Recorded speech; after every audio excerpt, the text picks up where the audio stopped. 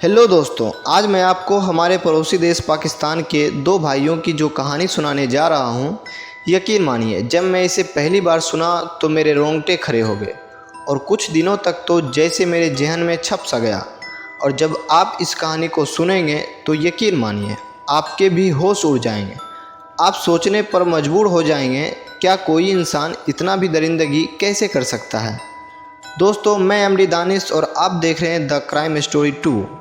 इस कहानी की शुरुआत होती है साल 2011 में पाकिस्तान के पंजाब प्रांत में स्थित भक्खर ज़िले के दरियाई खान इलाके में मौजूद कलन गांव से, जहां दो भाई रहते थे जिसका नाम मोहम्मद फरमान अली और आरिफ अली था। इन दोनों की उम्र यही कोई 30 से 35 साल के बीच रही होगी। इन दोनों भाइयों की शादी भी हो चुकी थी और दोनों के बच्चे भी थे। लेकिन साल 2010 में इन दोनों भाइयों की बीवी इन दोनों को छोड़कर चली जाती है और अपने बच्चों को भी साथ ले जाती है। जब इनसे अपने शौहर को छोड़ने की वजह पूछा गया तो बताती हैं कि ये दोनों इनके साथ मारपीट किया करते थे और गाली गलौज भी करते थे। और सबसे अजीब बात ये थी कि ये दोनों भाई घर में बगैर बताए हुए 4 से 5 दिन के लिए कहीं गायब हो जाते थे। पता ही नहीं रहता था कि ये दोनों कहाँ गए हैं। लेकिन साल 2011 में भक्कर ज़िले के दरियाई खाने इलाके में, जहां ये दोनों भाई रहा करते थे, वहां एक ऐसी घटना घटती है कि अगले कुछ ही घंटों में पूरे इलाके में उस घटना की जानकारी आग की तरह फैल जाती है। दरअसल जिस इलाके में ये दोनों भाई रहते थे, वहां पास के ही कब्रिस्तान में एक लाश को दफनाई जाती है जिसका नाम था सायरा परवीन, उम्र 24 साल, और जिसकी मौत कैंसर की वजह से हुई थी। उसके घर वाले उस लड़की को दफना कर चले जाते हैं। फिर अगले ही दिन कब्र के मुआयना के लिए आते हैं। कब्र को देखने से मालूम हो रहा था कि इसके साथ कुछ तो छेड़छाड़ की गई है। गहरा शक होने पर उसके घर वाले कब्र को खोलने का फैसला करते हैं। जैसे ही वे कब्र को खोलते हैं, उनके पैरों तले ज़मीन खिसक जाती है, क्योंकि कब्र के अंदर सायरा की लाश थी ही नहीं। वे फ़ौरन इसकी खबर पुलिस को देते हैं और देखते ही देखते ये खबर पूरे पाकिस्तान में फैल जाती है, क्योंकि इस घटना से पहले भी कब्र से निकालकर एक लाश के साथ रेप किया गया था, जिसमें एक शख्स को पकड़ा भी जाता है। तो लोग इस घटना को भी उसी घटना से जोड़कर देख रहे थे। अब पुलिस जांच में जुट जाती है और आसपास के लोग से पूछताछ करती है। तभी पुलिस को एक आदमी खबर देता है और कहता है कि इस व्यक्ति को कब्रिस्तान के आसपास बहुत बार देखा गया है और इसके घर में टोने टोटके भी किए जाते हैं। खबर के अनुसार पुलिस इंस्पेक्टर फक्कर भाटी के साथ उस शख्स के घर पहुंच जाती है और ये घर था उन दो भाइयों फरमान अली और आरिफ अली का। पुलिस घर की तलाशी लेती है लेकिन उन्हें कुछ नहीं मिलता है। तब पुलिस की नज़र एक कमरे पर पड़ती है जिस पर बड़ा सा ताला लगा हुआ था। पुलिस के पूछने पर पता चलता है कि ये कमरा आरिफ अली का है।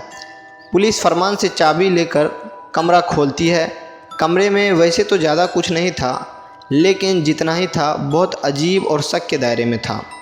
कमरे के बीच में एक बर्तन रखा गया था जिसमें कुछ नॉनवेज बनाया गया था। पुलिस इस बर्तन पर ध्यान नहीं देती है, लेकिन बर्तन के बगल में एक लकड़ी का पीटर, एक छोटी सी कुल्हाड़ी और चाकू रखा गया था। सारी चीज़ों पर मांस के छोटे छोटे टुकड़े लगे थे, जो कि बहुत अजीब था। पुलिस टीम को लीड कर रहे इंस्पेक्टर फक्कर भाटी की पैनी नज़र ज़मीन पर चल रही मोटी सी चींटियों की लाइन को देखती है, जो चारपाई के नीचे जा रही थी। उसके नीचे एक बोरी पड़ी हुई थी। इंस्पेक्टर भाटी बोरी को निकलवाते हैं और जब पुलिस द्वारा उस बोरी को खोला गया तो अंदर का नज़ारा देखकर पुलिस भी हैरान हो गई। उस बोरी के अंदर 24 साल की सायरा परवीन की लाश थी, जिसे कब्रिस्तान में दफनाया गया था। पुलिस वाले को लाश देखकर रोंगटे खड़े हो जाते हैं, क्योंकि लाश का एक पैर कटा हुआ था। और सबसे घिनौनी बात जो सामने आती है ये कि उन दोनों भाइयों ने उस पैर को पकाकर खा गया था। कमरे के बीच में जो कुल्हाड़ी पर मांस लगा था और बर्तन में जो मांस बनाया गया था वो उसी लड़की के पैर का था। अब आरिफ जो घर से बाहर चल रहा था, उसे भी गिरफ्तार कर लिया जाता है। आरिफ कहता है कि बड़े भाई फरमान ने ही मांस को पकाया, जिसे हम कब्र से निकाल कर लाए थे। अब बर्तन को जब फॉरेंसिक लैब में मुल्तान भेजा गया तो पता चलता है कि उस बर्तन में मौजूद मांस इंसानी मांस ही था। जब ये खबर आसपास के मोहल्ले में फैलती है तो मोहल्ले के लोग हैरत में पड़ जाते हैं कि कोई इंसान इस तरह भी हैवानियत कर सकता है। जब इन दोनों भाइयों को जेल ले जाकर पूछताछ की जाती है तो दिल दहला देने वाली खबर सामने आती है कि इन दोनों आदमखोरों ने अब तक 100 से ज़्यादा लाशों को पकाकर खा लिया था। इन दोनों से जब पूछा गया कि तुम इंसानी मांस क्यों खाते हो, तो ये कहता है कि इन्हें एक जादू टोना करने वाला मिला था जिसने बताया था कि अगर तुम इंसानी मांस खाओगे तो तुम्हारी ज़िंदगी से सभी दुख दर्द ख़त्म हो जाएंगे। जिस वजह से ये दोनों भाई कब्रिस्तान पर अपनी नज़र बनाए रखते थे और जब कोई लाश दफनाई जाती तो ये दोनों भाई लोगों की नज़र से बचते हुए लाश को निकाल कर घर ले जाते और फिर इन दोनों भाइयों की आदमखोरों वाली हरकतें शुरू हो जाती थी। अब पुलिस इन दोनों भाइयों को अदालत में ले जाती है। तब तक बाहर के लोगों में गुस्सा भड़क चुका था और ट्रैफिक जाम कर दोनों भाइयों को जनता के हवाले करने की मांग कर रहे थे।